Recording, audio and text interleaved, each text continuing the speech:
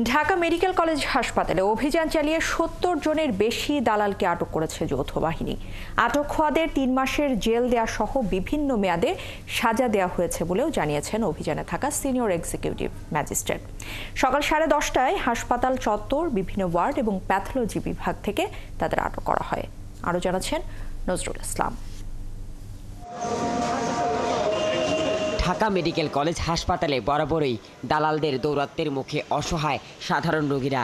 হাসপাতালের bed, trolley, পরীক্ষা নিরীক্ষা সব ক্ষেত্রেই বহিরাগত দালালদের প্রভাব। এদের উৎপাতে সর্বশান্ত হন রোগীরা, ব্যাহত হয় চিকিৎসা সেবা। দালালদের বিরুদ্ধে ব্যবস্থা নিতে সকাল 10টার দিকে হাসপাতালে অভিযানে নামে সেনাবাহিনী, পুলিশ ও গোয়েন্দা শাখার কর্মকর্তারা। হাসপাতালের চত্বর থেকে শুরু করে বিভিন্ন ওয়ার্ড, প্যাথোলজি বিভাগ অভিযান চালিয়ে দালাল চক্রের নারী ও পুরুষ সদস্যদের আটক করা হয়। এমন অভিযানে রোগীরা স্বাগত জানালেও অভিযুক্তরা উল্টো উগ্র আচরণ করে। আমি উত্তেজিত না, আমি আসছি আমার কলিগকে বাঁচাতে। আমার কলিগকে আটক করছে, আমি আমার কলিগকে নিতে এসেছি।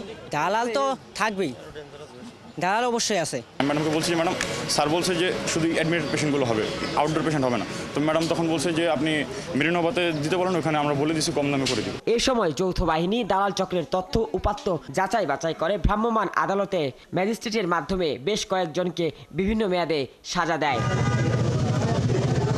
নজরুল ইসলাম, ৭১, ঢাকা।